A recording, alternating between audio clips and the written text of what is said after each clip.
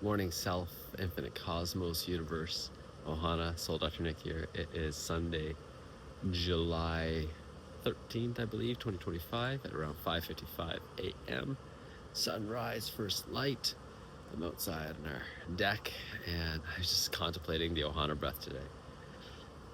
I'm talking about myself, cough, health, and the idea I'm noodling with is, you know, I used to say I healed from my asthma, or I've healed from my suicidality, or I healed from my depression.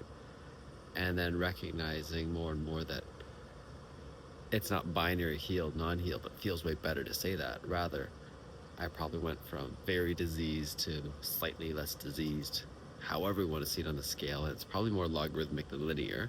And that's the other thing to notice. And so the changes can feel very small initially and very substantial. Even though they're very substantial, they're still inconsequential to what's to come, which can sound really daunting or sound really exciting. That's the paradox. I'm like, oh man, what else is there? And I'm just going to be with the lights. I'm not always look at this. It's realizing that if I can actually let go of needing to say I did well or I'm doing well, then I can actually step into a whole new level of wellness that's possible without actually judging myself for not already being there. And that's sometimes what I do. And I'm tying this, and I tied disparate things together. This is my stuff.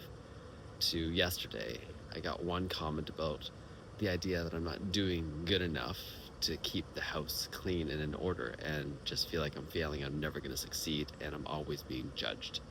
And so why bother trying and going into a dark hole like that?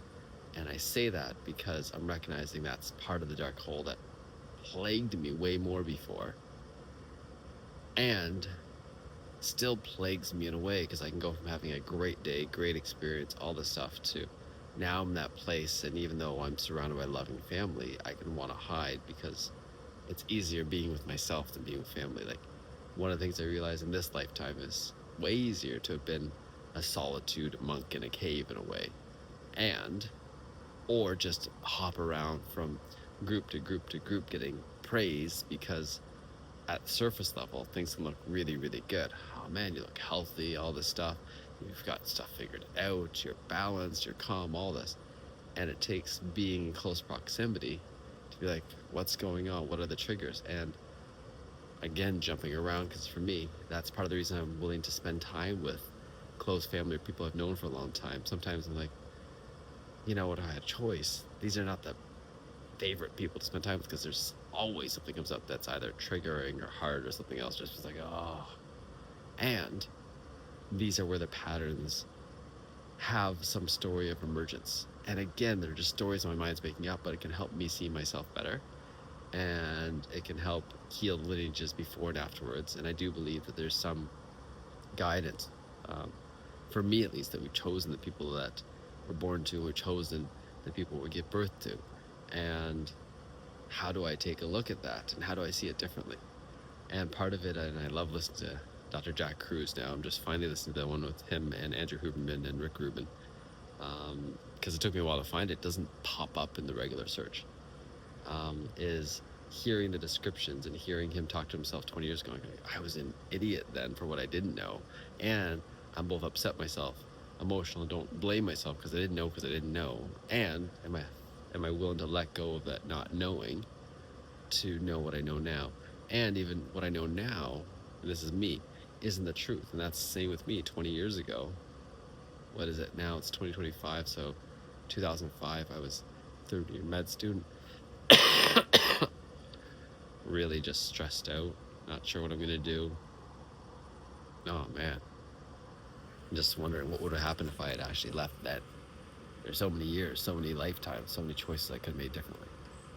And what it means to have an MD. It gives opportunities, and realizing that the MD, in terms of the actual knowledge, in some ways, sometimes isn't really what other people think. I forgot so much. I make so many mistakes. So many mistakes.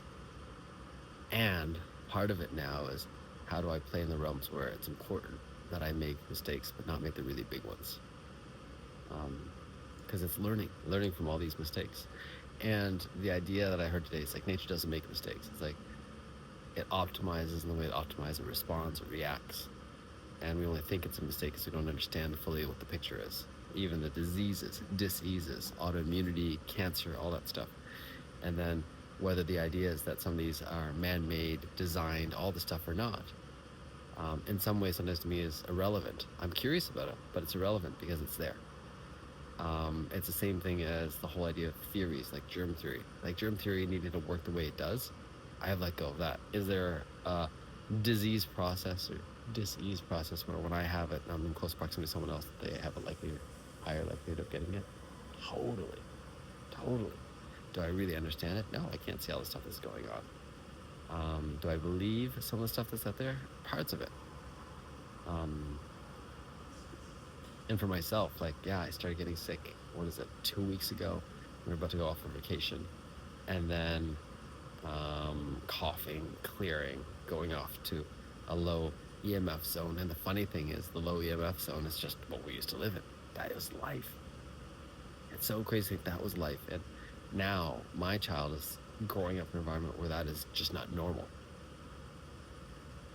And then noticing that the healing was noticeably faster, and it wasn't like I could feel this dramatic thing, but the things that were there, more regular poops, healing faster, those are probably the two biggest thing I noticed. And it was to get a sense of what's possible. And then spending a week with another family, that was really cool. Like, when's the last time that was really done? And not on a vacation where we had to do something new and exciting all the time. A lot of it was almost mundane. And it was perfect.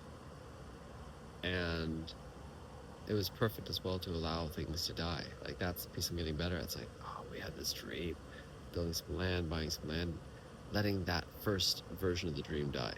Now what's going to come out of it? Now it's going to come out of it. Now it's going to come out of it.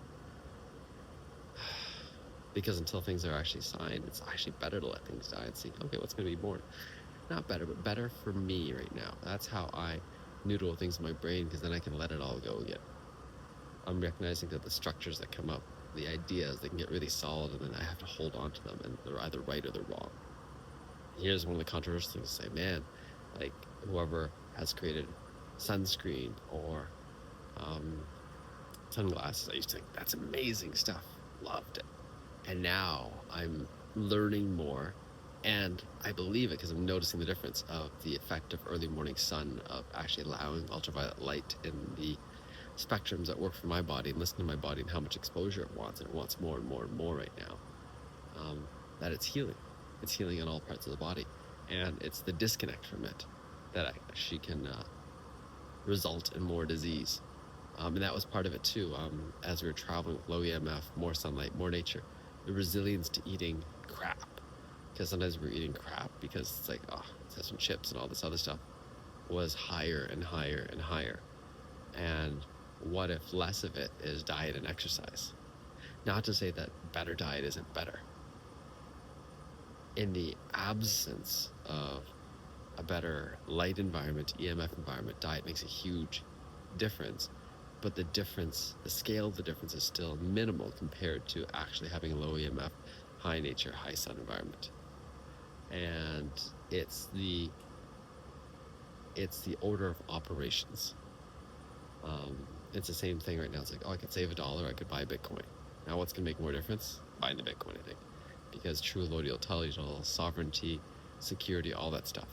And letting go of understanding it all, knowing it all. Just breathing through all this. Breathing through all this and just letting it go. Because when it really comes down to it, I don't know anything at all. I don't.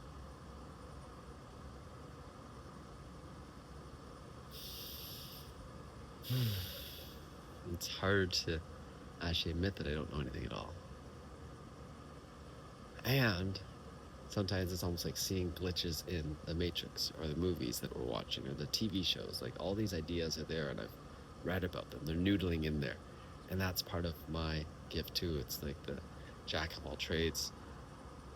And it's probably the second line that's a trap. Master of none. It's like, no, you become a master of all trades as well.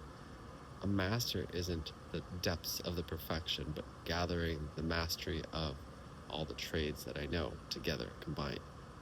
And that's part of what I'm bringing in. And it's a unique flavor. And how do I craft and curate it so that, um, so that, so that there are different modalities. And that's probably something to share. It's like I'm going to create a 10-day kind of healing journey for someone very dear, very close. And part of it is workshopping it. I'm always workshopping things. This is a 2-hour online. I've had a couple 2-3 hour in-person sessions, one-on-one. Those are so much fun. Online ones, so much fun. And then if you go beyond that into a full day, and then multi-day preparation, full day, and then retreat, so much more fun. And part of it is just spending time together. It's this long form format. That's my work. It's just continuing to gather experiences, wisdom, knowledge together into this unique package, and creating it so that I can be a father, husband, guiding people into what's next.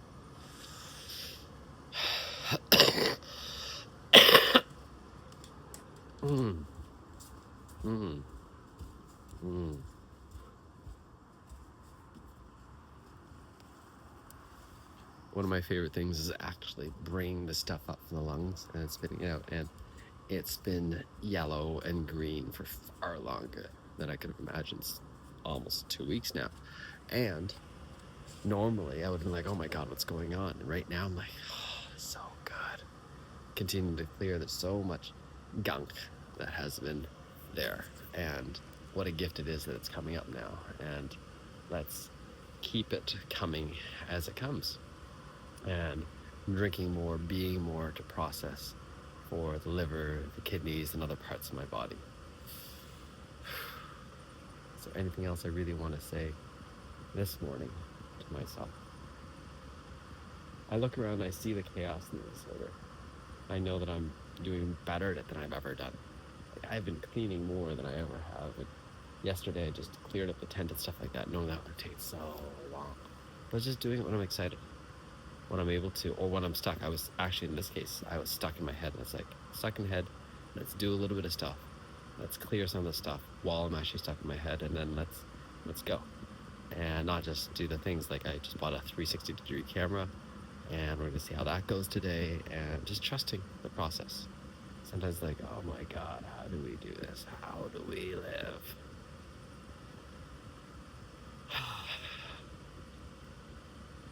All right. Is there anything else? There's probably so much more else. Is there anything else I want to talk about right now? I'm really enjoying. What am I really enjoying? That's a piece I'm noticing, that I am both enjoying and not fully enjoying life to the same extent. Sometimes the superior highs. Part of it is I'm really enjoying when I'm facilitating, when I'm guiding. Today I'm going to go through my own deep dive. I forgot to even mention that. Oh yeah, so it all came together. It's both preparation for this upcoming journey, because sometimes I'm like, oh, whenever I want to guide someone to a process, I want to go through it myself first.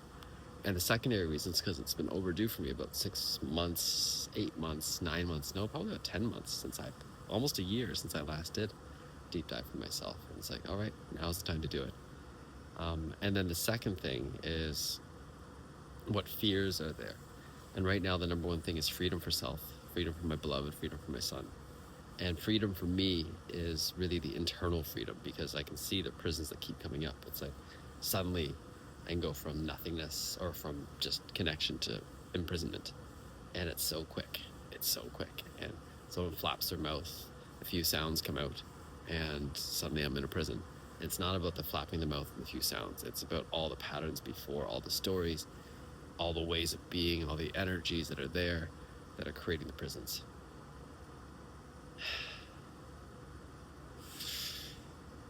And then putting myself in different constraints, whether it's a short form, so having myself record 1-minute videos, whether it's a long form with my analogies are even coming together, and realizing that a lot of my analogies aren't landing right now because they're going all over the place. And how do I bring them back together?